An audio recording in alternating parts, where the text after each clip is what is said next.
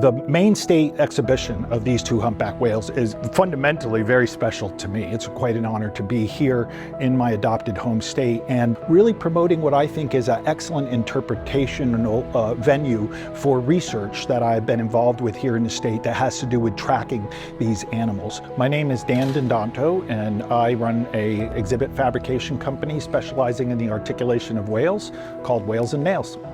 The skeletons came from two different locations, both in the Gulf of Maine. The adult specimen is a very well-known individual, known by scientists and naturalists as Vector.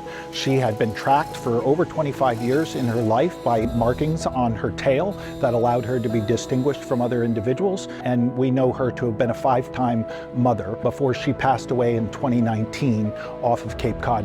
The juvenile animal, which is just a calf between 5 and 6 months old, was collected on Little Cranberry Island, just off of MDI in Acadia National Park.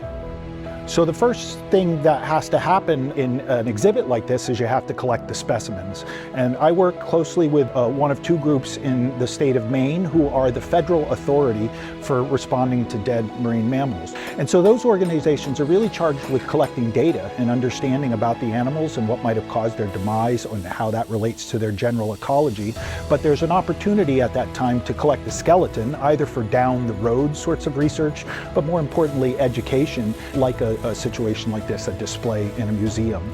Once you have those bones, they're separated from their flesh using mechanical means such as knives and things like that, sometimes very large equipment, excavators, and then the process goes into composting. Their bones are buried in a suitable compost pile, and over the course of a year or 2 years, natural organisms and decay take place and the remaining flesh are removed.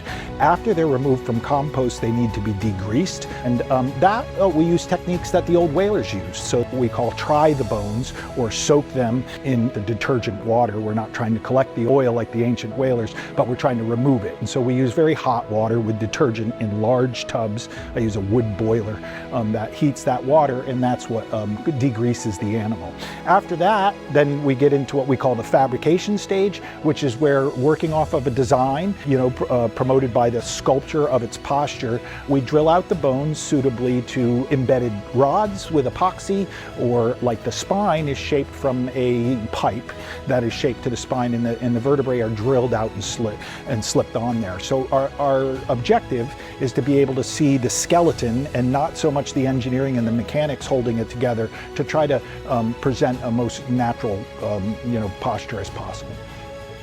And there's no other place in the world where a calf and an adult animal of this species are on display together.